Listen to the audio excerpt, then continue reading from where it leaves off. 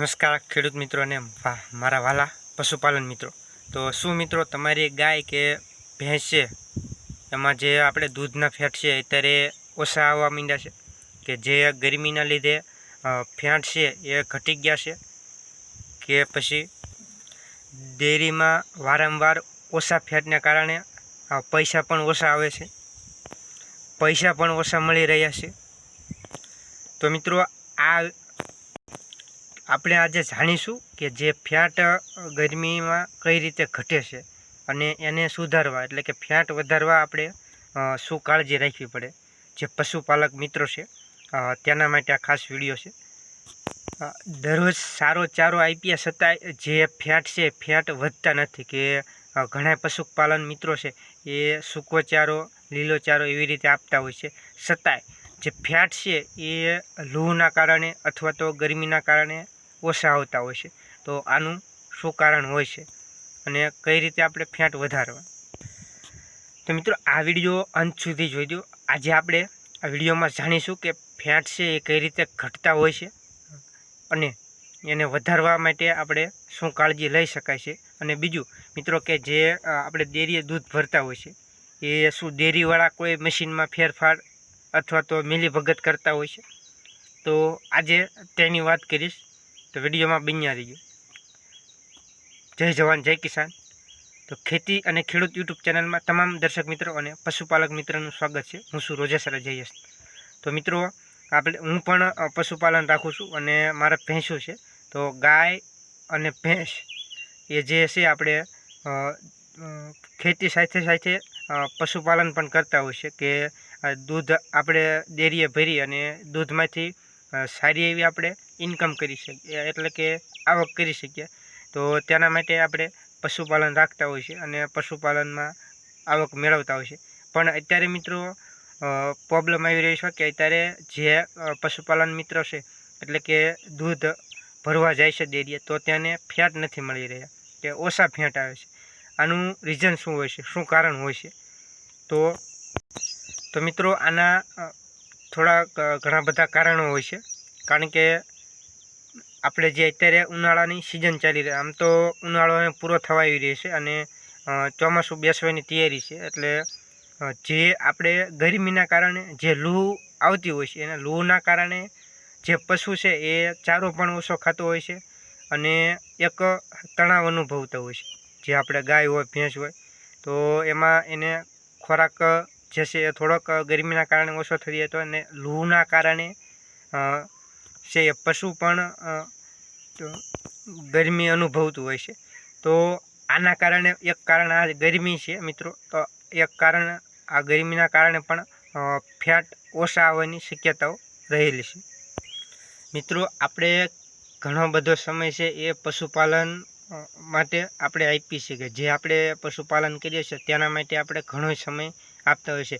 એટલે કે તમારે 4 થી 5 પશુ હોય અથવા તો 2 થી 3 પશુ હોય તો એમાં આપણે એક વ્યક્તિ રોકાતા હોય છે, એટલે કે એક ફાર્મર જે ખેડૂત છે એ એક એમાં રોકાતા હોય છે અને એની આપણે જે છે એ આખો દી એમાં જતો રહેતો હોય છે કે પશુને આપણે ખેતરે જઈને ઘાસ લાવવાનું હોય છે, પછી નીણ પૂરો કરવાનો છે, પછી જે પશુ પોદળા કરે છે એ પોદળા ઢળી અને એક બાજુ આપણે એનો નાખતા હોય છે કે જે આપણે દેશી ખાતર તરીકે છાણિયા ખાતર તરીકે પણ તેનો આપણે ઉપયોગ કરી શકીએ છીએ। તો પછી અન્ય પશુની આપણે માવજત કરતા હોય છે। તો આ આપણે મહેનત ખૂબ કરીએ છીએ પણ આનો જે લાભ છે ને એ મિત્રો આપણને ઓછા ફેટ આપવાથી અથવા તો ઓછા ફેટ આવવાથી આપણને ઘણું બધું નુકસાન થતું હોય છે।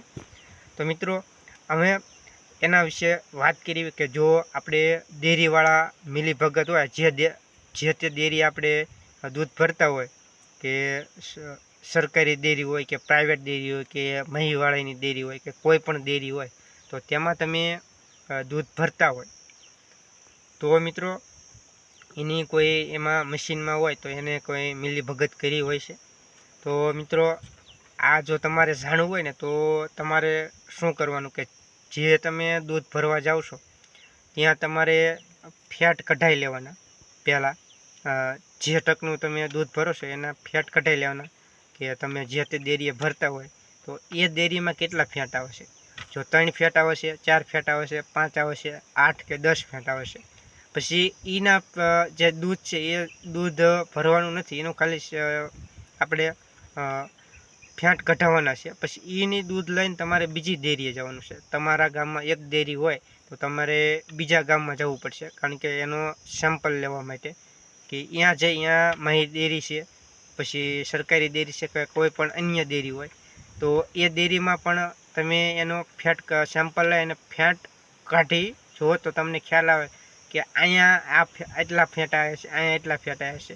જો તમે જે ડેરીમાં દૂધ ભરતા હોય અહીંયા ઓછા ફેટ આવતા હોય અને બીજી ડેરીમાં વધારે ફેટ આવતા હોય, જે મશીન હોય એમાં વધારે ફેટ આવતા હોય, તો માની લો કે તમે જે ડેરીમાં દૂધ ભરો છો ત્યાં એ મશીનમાં ડેરીવાળાએ જે ડેરી આંકે છે એને કોઈ મિલીભગત કરેલી હોય છે, એટલે કે ભેળસેળ ફેટ ઓછા આવે એવી કોઈ સેટિંગ કરેલું હોય છે. તો મિત્રો આ હતી એ મશીનની વાત. તો હવે આપણે જાણીએ કે ફેટ કઈ રીતે વધારવા.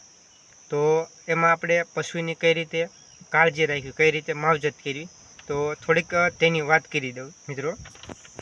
તો મિત્રો અત્યારે ગરમીની સિઝનમાં જે આપણું પશુ હોય છે, એટલે કે પશુ હોય, ગાય હોય, ભેંસ હોય કે વગેરે પશુ હોય, તો એમને અત્યારે છાંયડામાં છાંયા નીચે રાખવા જોઈએ. કોઈ વૃક્ષનો છાંયો હોય તો ચાલે, અથવા તો જે ખેડૂત મિત્રએ પતરા નાખ્યા હોય કે નળિયા હોય કે જે તે પશુ માટે એને સુવિધા કરી હોય તો છાંયાની વ્યવસ્થા કરવી જોઈએ. અને પંખાની તમારાથી જો સુવિધા થઈ હોય તો પંખા પણ મૂકવા જોઈએ, તો પશુને થોડીક ગરમીથી રાહત મળી શકે છે. તો આ ગરમીમાં પશુને બચાવવું, તો આ એક કાળજી રાખવી જોઈએ. તો મિત્રો અને બીજું કે અત્યારે પાણી જેટલું પીવે એટલું પાવું જોઈએ, કે તમે 3 વખત પાઈ શકો છો અને 4 વખત દિવસમાં કે રાતે, તો એમ કુલ મળી અને 4 વખત પણ પાણી પાઈ શકો છો પશુને, અથવા તો 3 વખત પણ. અત્યારે ગરમીની સિઝનમાં વધારે જેટલું પાણી પાવ એટલું પશુ માટે સારું છે.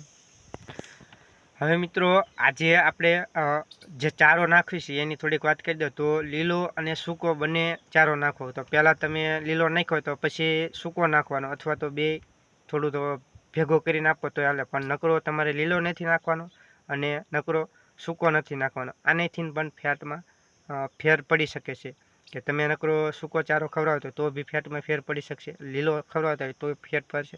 પણ સૂકો અને લીલો બંને મિક્સ ખવડાવો, એટલે કે પહેલાં એક પૂળો સૂકો નાખવાનો તો એક પૂળો લીલો નાખવાનો, એવી રીતે આગળ પાછળ એક દિવસની અંદર ચારો આપવો જોઈએ. મિત્રો હવે આપણે વાત કરીએ કે પશુના જે દૂધના ફેટ છે એ કઈ રીતે વધારવા. તો જે મને ખ્યાલ છે એ થોડીક હું તમને માહિતી આપી દઉં છું. તો મિત્રો જે આપણે મીઠું આવે છે એ તમે જે ટાટાનું મીઠું આવતું હોય, ટાટા કંપનીનું, એ તમે મીઠું લઈ અને એની ભેગું આપણે શું આપી શકાય. તો તેની વાત કરીએ તો મીઠું અને જે આપણે દેશી ગોળ આવે છે, જે કાળો ગોળ આવે છે, આપણે પશુને ખવડાવવાનો હોય એ ગોળ, જે કેમિકલવાળો ગોળ ને કેમિકલ વગરનો આવતો હોય તે ગોળ, સફેદ ગોળ નથી લેવાનો, કાળો ગોળ લેવાનો છે. અને એ આપણે 100 ગ્રામ જેટલો ગોળ લેવાનો છે અને 50 ગ્રામ જેટલું મીઠું લેવાનું છે. તો મિત્રો 100 ગ્રામ ગોળ લઈ અને એને આપણે નાના નાના ટુકડા કરી અને આપણે જે ભેંસ હોય એને ખાણ હોય, દાણ હોય કે પછી કોઈ અન્ય આપણે ચીજ ખવડાવતા હોય તો એના સાથે મિક્સ કરી અને આપવાનું છે. તો જે 100 ગ્રામ ગોળ અને 50 ગ્રામ મીઠું લેવાનું છે. તો 50 ગ્રામ મીઠું લઈ અને પશુને આપવાથી આ રોજે રોજ આપણે એક વખત દિવસમાં આપવાનું છે. 100 ગ્રામ ગોળ અને 50 ગ્રામ મીઠું આ દિવસમાં, આખા દિવસમાં આપણે થોડું થોડું કરી અને આપવાનું છે. અને આ પ્રયોગ તમે, એટલે કે આજે મેં બતાવ્યું એ પ્રમાણે તમે 4 થી 5 દિવસ આ પ્રયોગ કરશો પશુને, એટલે જે દૂધના ફેટ છે એમાં જરૂર વધારો જોવા મળશે, એટલે કે 2 થી 2.5 ફેટ સુધીનો આમાં વધારો જોવા મળશે. તો મિત્રો આ માહિતી તમને કેવી લાગી? જો માહિતી સારી લાગી હોય તો વિડીયોને પશુપાલક અને ખેડૂત મિત્ર સુધી શેર કરી અને કોમેન્ટમાં તમારો અભિપ્રાય આપજો. અને ચેનલમાં નવા હોય તો અમારી ચેનલને સબસ્ક્રાઈબ કરી નાખજો. જય જવાન જય કિસાન મિત્રો.